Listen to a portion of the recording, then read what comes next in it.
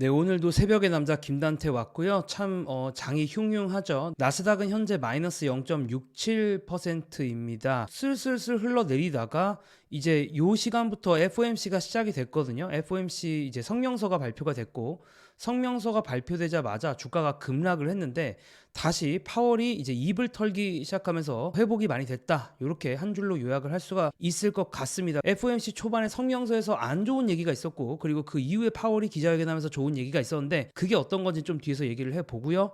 그리고 이제 엔비디아 같은 경우 오늘도 큰 폭의 하락을 했습니다.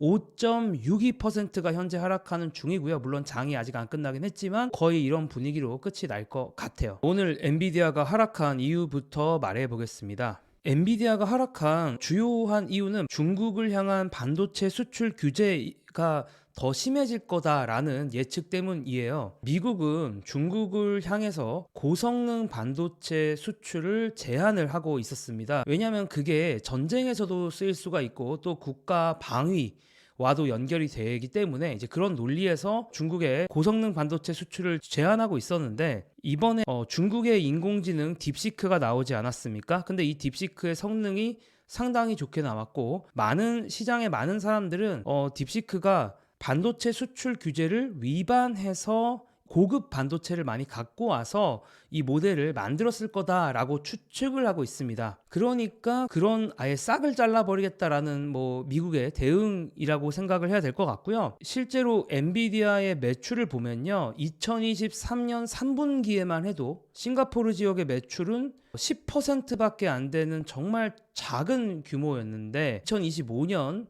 3분기 기준으로 엔비디아의 매출의 22%나 되는 어마어마한 비율이 싱가포르에서 발생하고 있습니다. 자, 많은 사람들은 중국 회사들이 싱가포르를 통해서 이 엔비디아의 고성능 반도체를 입수한 거다라고 생각을 하거든요. 근데 이렇게 더 강한 수출 규제를 하는 경우에는 엔비디아의 매출에 충분히 영향이 갈 수가 있겠죠. 이 점이 좀 부각이 오늘 더 되면서 엔비디아의 주가가 이렇게 큰 폭으로 하락한 게 아닐까 합니다. 그리고 여러분들도 아시겠지만 이미 딥식이 너무나 효율성과 관련된 논란을 불러 일으켰고 원래 있었던 내러티브죠. GPU 없어도 되는데 GPU 왜 사냐, 이제 이런 내러티브가 다시 한번 또 강화가 되면서 지금 어쨌든 시장의 입장에서 엔비디아 주식을 갖고 있는 게 불안한데 나쁜 뉴스 하나 더 터지니까 여기서 더 크게 시장이 반응한 거다라고 보시면 될 것 같습니다. 근데 이제 이런 주가의 모습을 보고 있자니 변동성은 당분간 계속 될 것 같아요. 그래서 하루는 폭락하다가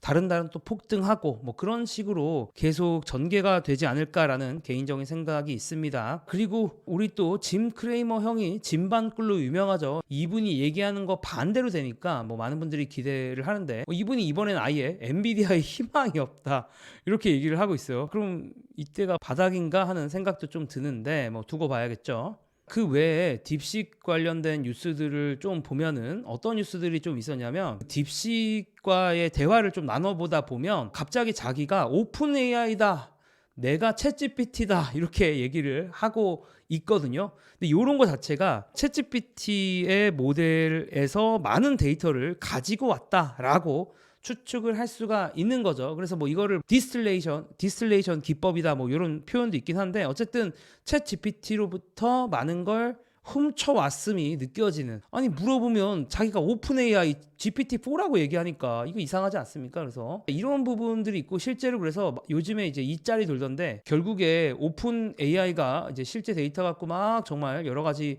해서 챗 GPT를 만들었는데 이 챗 GPT에 빨대를 꽂았다 이런 짤들이 돌아다니고 있는 상황인데 이제 이거에 대해서 마이크로소프트가 문제가 있지 않냐, 이거를 조사하겠다라고 얘기를 하고 있습니다. 그러니까 약관을 위반을 했다라는 거죠. 자, 오픈 AI의 약관에 따르면 이 챗GPT와 대화한 이런 내용들로 다시 새로운 모델을 만들면 안 된다 이런 얘기가 있거든요. 근데 이제 이거를 위반한 게 아니냐 이렇게 지금 마이크로소프트가 또 오픈 AI의 사실상 대주주다 보니까 이거를 조사를 하겠다라고 하는 뉴스가 있었고요. 반도체 관련된 아주 유명한 애널리스트죠. 딜런 파텔에 따르면 딥시크는 GPU에 이미 5억 달러 이상을 지출한 것으로 알려졌다라고 합니다. 5억 달러면 7천억 원 정도 되는 금액이니까 결코 적은 금액을 쓴 게 아니죠. 시장에서 계속 80억 쓴 거 아니냐 이러고 있지만 이미 GPU에만 사용한 돈이 7천억 원, 8천억 원 정도 되는 걸로 추정이 된다라는 얘기가 있었고요. 좀 비슷한 얘기긴 한데 메타의 수석과학자이자 인공지능 관련돼서 이제 최고 존엄, 인공지능 연구 성과가 가장 좋은 사람 중에 한 분인 얀루큰 교수님이 딥식에 대한 시장의 반응이 매우 부당하다라고 하면서 많은 사람들이 아니 딥식이 80억 원 썼다 이렇게 오해를 하고 있는데, 사실 AI 인프라에 대해서 투자를 하면은 대부분은 트레이닝하는 비용에 드는 게 아니라, 사실 이분이 AI 인프라 투자 제일 많이 해보지 않았겠습니까? 실제로 AI 인프라 투자를 하면 이 트레이닝과 관련된 비용에서 돈이 들어가는 게 아니라 관련된 거에서 돈이 엄청나게 많이 들어간다라는 거죠. 그러니까 관련돼서 들어가는 돈들이 엄청 많은데 어떻게 그 과소 계산된 이 트레이닝 비용, 딥시크의 트레이닝 비용에 왜 이렇게 집착하냐 이런 얘기인 거죠. 클로드로 유명한 인공지능 스타트업이죠. 엔트로픽의 CEO도 비슷한 얘기를 했어요. 딥시크는 미국의 AI 회사들이 수십억 달러 들여서 하는 일을 600만 달러로 하지 않는다라고 얘기를 했고,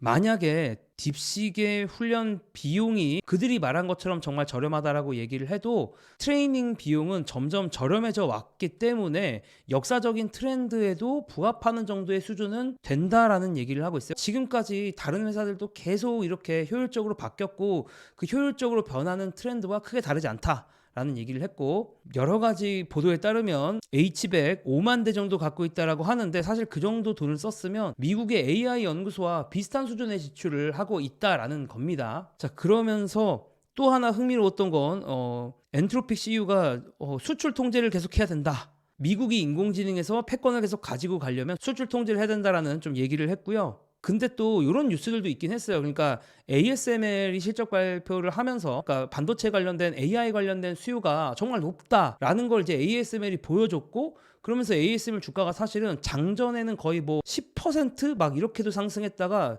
지금은 ASML이 상승폭을 이제 5%대로 줄이긴 했는데, 반도체 이제 핵심 장비를 공급하는 회사죠. ASML도 그렇고 또 테스트 장비를 공급하는 어드반테스트 같은 회사도 AI 관련된 수요가 정말 강하다라고 얘기를 했거든요. 그래서 사실 이제 이런 두 회사들이 실적 발표에 대해서 얘기를 하면서 AI 반도체 관련된 분위기가 상당히 좋아지고 있었는데, 아까 말했던 초반에 말했던 미국의 AI 반도체 중국을 향한 대중 제재가 더 강화된다라는 이런 뉴스가 조금은 더 악재로 작용한 것 같다라는 생각을 하고요. 또 흥미로웠던 건 바로 인텔의 전 CEO죠. 이분이 이제 자유인이 되니까 글을 자꾸 쓰고 싶나 봐.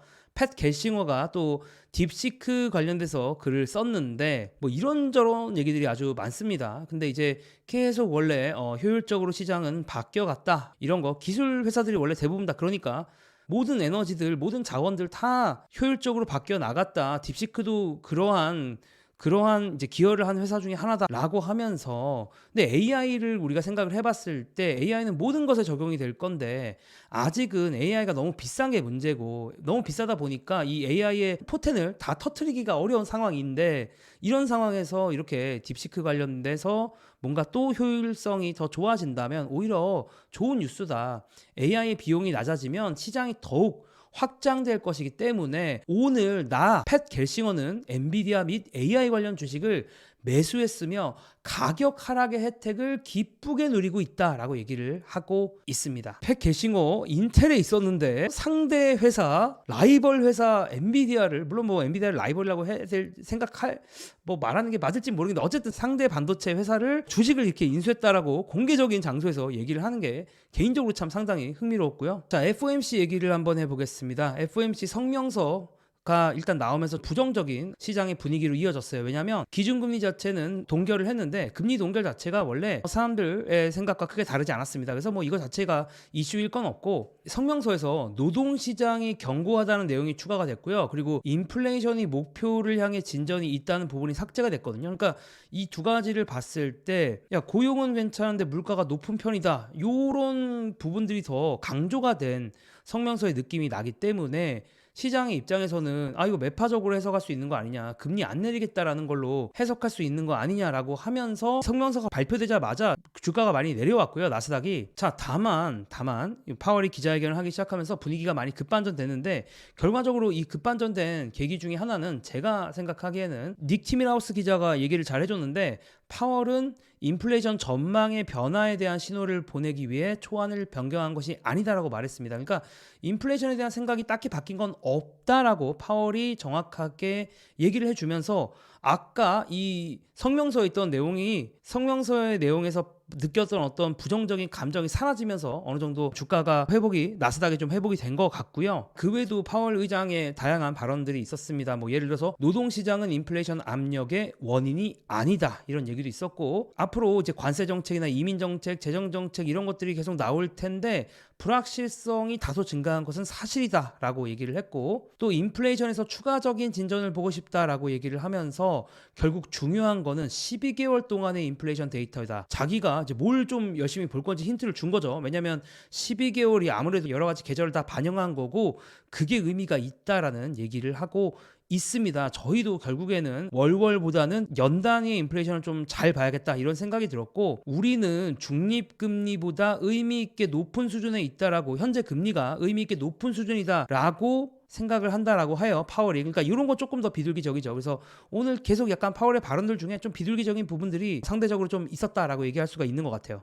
근데 뭐 그렇다고 막 엄청 강한 비둘기는 아니었기 때문에 나스닥이 막 엄청 강하게 움직인 것 같지는 않습니다. 그리고 이제 트럼프와 관련된 얘기들도 좀 있었는데, 트럼프가 금리 인하하라고 요구를 한다라고 이제 본인이 얘기를 했죠. 근데 실제로 요구했습니까? 라고 이렇게 질문을 하니까 파월이 뭐라고 답했냐면, 대통령의 발언에 대해서 어떠한 응답과 논평을 안 하겠다라고 얘기를 하긴 했는데, 어쨌든 트럼프는 파월에게 접촉이 없었다라고 이렇게 얘기를 하긴 했고요. 그래서 계속 이제 트럼프에 대한 질문들이 나왔는데, 그럴 때마다 정치인과 관련된 발언에 대해 논의하지 않겠다라고 하면서 아예 일축을 해버렸습니다. 자, 그리고 또 파월의 발언 중에서는 금리를 조정을 고려할 때는 인플레이션과 관련돼서 실질적인 진전이 있어야 되고 노동시장의 약화도 있어야 된다. 그러니까 이런 둘 중에 어쨌든 뭔가 변화가 있어야 금리를 조정할 거다라는 그런 얘기를 했습니다. 자, 그리고 또 재밌었던 거는 질문 중에 위원회가 인플레이션이 목표치로 돌아올 때까지 기다렸다가 금리를 인하해야 한다라고 보시나요? 그러니까 지금 인플레이션이 목표치라고 할 수 있는 게 2%인데